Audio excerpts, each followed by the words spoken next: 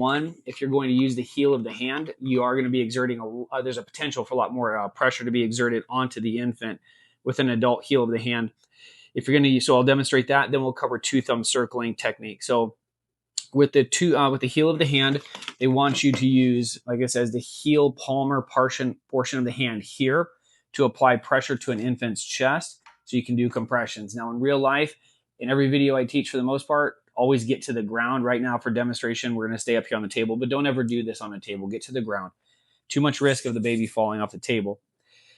So with the heel of the hand, going back to the anatomy here, ribs come up to here. This is your xiphoid process. It's where the hard portion of the sternum transitions into the soft upper abdomen here.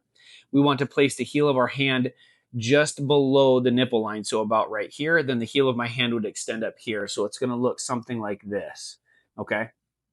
Where the bottom portion of the heel of my hand right here is going to be just above that xiphoid process here, so I don't cause any internal damage. So the heel of my hand should be in line with the nipples and just below about one finger, so about right here. You're using the one hand technique for an infant. That is Red Cross and American Heart's new policy. No more two finger for cardiac arrest in an infant per American Heart and Red Cross. If you're going to